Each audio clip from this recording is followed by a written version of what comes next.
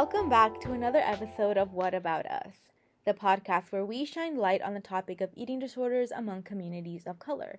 This is your host, Maylene Arroyo, and today I have special guest Anika joining me. Anika is a third year at the University of Oregon studying education with a minor in special ed. Anika, how are you today? I'm doing well. How are you? I'm doing great. Thank you for asking. So before we start, just go ahead and tell me a little bit about yourself. What are some passions that you have? Your ethnic background, anything that represents your identity. Okay. Well, I'm half Taiwanese, half white, and my mom immigrated from Taiwan when she was really young with my grandparents and her brother and sister. And I grew up with my grandma in the house, so I was very surrounded by like Asian culture, which was really great. My dad is very athletic and grew up playing sports, so my brother and I did as well. So I played volleyball growing up competitively and like traveled around a lot for that, which was really fun. And I'm like really passionate about working with kids. I want to work with really little kids because I feel like it's so important to have that foundation. And just like, I don't know, teachers can be really hit or miss, and we just need really good teachers and like people that are passionate about it. So from the information that I have, your eating disorder experience centers around anorexia. Is that correct? Yes, correct. Okay. So I wanted to give a formal definition just to kind of lay the groundwork for both of us and also for the listeners as well. So according to the National Eating Disorder Association, anorexia is an eating disorder characterized by weight loss, difficulties maintaining an appropriate body weight for height, age, and stature, and in many individuals, distorted body image. People with anorexia nervosa generally restrict the number of calories and the types of food they eat. Some people with the disorder also exercise compulsively, purging via vomiting and laxatives and or binge eating. So that was a formal definition from the National Eating Disorder Association, also known as NEDA. To get started, how did your eating disorder begin? And can you remember any specific moments that kind of initiated some eating disorder behaviors? Yeah, so growing up, I was always like on the chubbier side, and a lot of my friends were like really skinny, just like naturally, like in elementary school and stuff. And so I always found myself comparing myself to them. And then my dad, loved my dad to death, but he always would make like comments because he grew up chubby and he was like, it wasn't fun, like I got made fun of for it and blah blah blah blah blah, which like is fine, like not fine that he got bullied, but you know what I'm saying. But then he never went about it the right way, and so he would always be like, oh, that shirt's like kind of tight, like you need to work out, or like stuff like that, where obviously he was coming from a place of like love and caring, but just went about it the wrong way, and so then that kind of fed into it. And so I was always like pretty insecure growing up about my body and how I looked and stuff, but my eating disorder didn't start until high school, and I was like, wait, I can do something about this, and like it's quote unquote easy or whatever. So it started there, but I had like always dealt with body image issues. Did people like catch on to your eating disorder in high school? Were people aware of it? One of my friends was, because she also had an eating disorder, so we would like, which is like a whole nother thing, just like the complexities, I guess, of like two really close friends both having eating disorder, specifically anorexia, because it's so competitive. My parents noticed, but not for a while, because they were like, oh, you're losing weight, like this is great, and blah, blah. And I played volleyball, so I chalked it up to just, oh, working out and, you know, whatever. And then eventually, like, my mom and my grandma were like, okay, like, you need to chill out, like, I don't know what you're doing, but like you need to eat more, like eat protein or, you know, stuff like that. And I was like, no. If you're comfortable, can you speak more on that, like your dynamic with your friend who also had an eating disorder? Because I find that so fascinating, and how like that can activate the competitive side. Yeah, so she was like, I mean, she still is like one of my best friends. And we both got eating disorders around the same time. And I remember like very specifically one day, it was around COVID, and we were going on a walk, and we were like sitting in the park talking about it. And she had struggled like also with body image issues and stuff like that. And we were like sitting in the park, and I talking about like, oh, like I just feel gross and blah blah blah.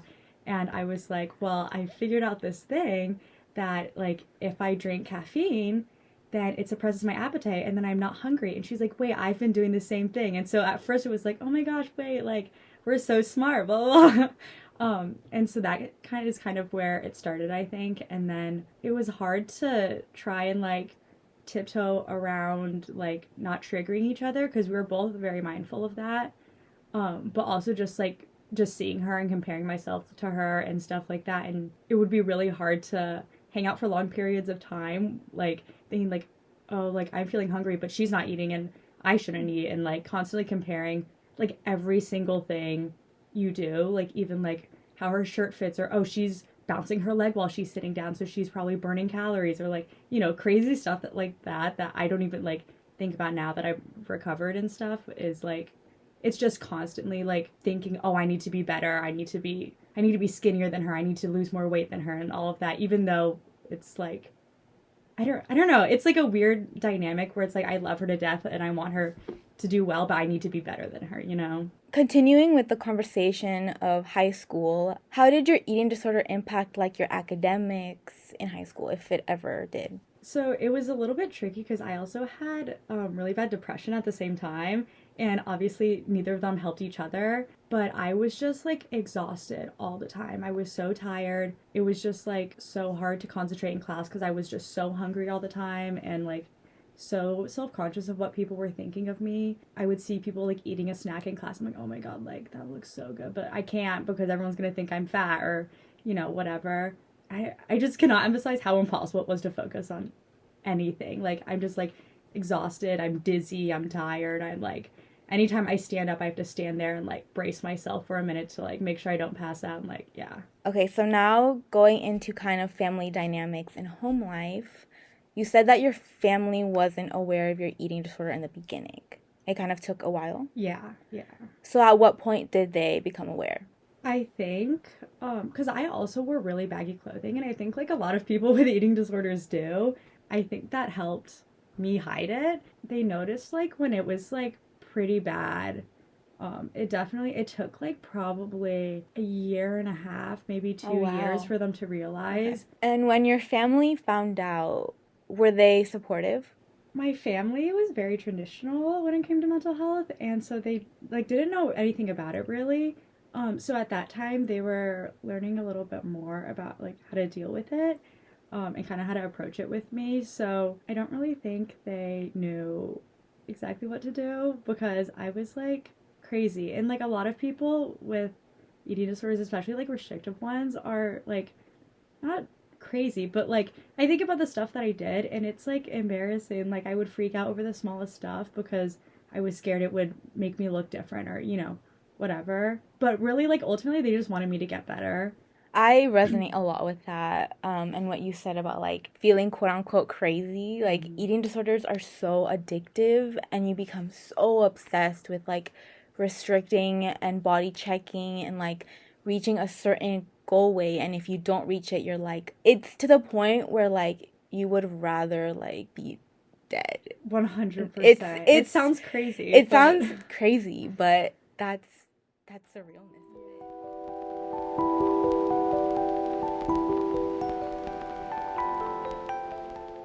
So you kind of answered a little bit of the questions that I was going to ask you next, but I want to get into kind of the biracial aspect of it.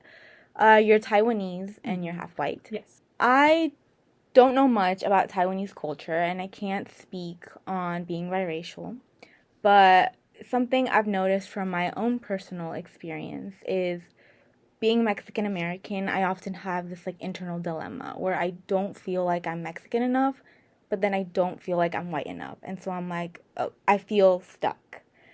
And so I'm wondering if you resonate with that as well, or if there was anything similar like that with you. 100%.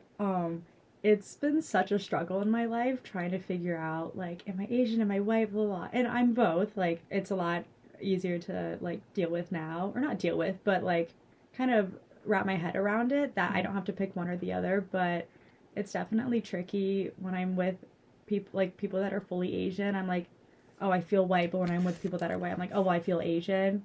And so I never really feel like me just as my own person unless I'm with other mixed people, because I just always feels like there's just something different. And I feel like a big part is I don't speak Taiwanese, but I can understand it. And so a lot of people especially like Asian people that grew up speaking whether like whatever their like parents' native language was. They're like, oh, you don't know how to speak like Taiwanese or Mandarin or whatever. I'm like, oh no, and they're like, well, why did your family teach you? I'm like, I don't know. Like, I can understand it really well, and so like having conversations with my grandma, she speaks to me in Taiwanese and I speak to her in English, and like it's just like we never speak the same language, but we understand each other. Something that also like is similar to that is the way people show love. Like in Asian culture, food is a big, big thing, and I know that in like a lot of cultures, not really in the US, but I feel like most other places, it's like food is just how people show love. And it, especially living with my grandma, she was always cooking food for my brother and I, or always like cutting up fruit or like, you know, stuff like that. So that was definitely tricky when it came to my eating disorder, like, because I didn't want to like reject my family's love. But like that's just how they show it. This might be again repetition, but just to get more specific, what were the challenges you faced being biracial and having an eating disorder? Well, definitely the food was a big one. I feel like it's just such a big part of our culture is our food. It was kind of hard to really like embrace that side of me when I'm rejecting a huge part of it because I'm scared. And I also, as a form of restriction, stopped eating meat. But that was also really hard because a lot of really good Taiwanese food has meat in it, or it's like duck or pork or, you know, stuff like that. So that was really hard. I feel like I missed out on a lot of like my cultural dishes. Did you ever receive medical treatment or were you ever formally diagnosed? And I'm putting formally diagnosed in air quotes. Yeah, I did not. My mom always threatened to. I started recovery because she said I wouldn't be allowed to go to college if I didn't get better. And I was like, I want to go to college and I want to get away. Yeah, it was really like my family. And it was really hard, like having to do it on my own. Obviously with my family support, but like really with this kind of stuff, like with any sort of like mental health stuff, like it's really you that has to do it.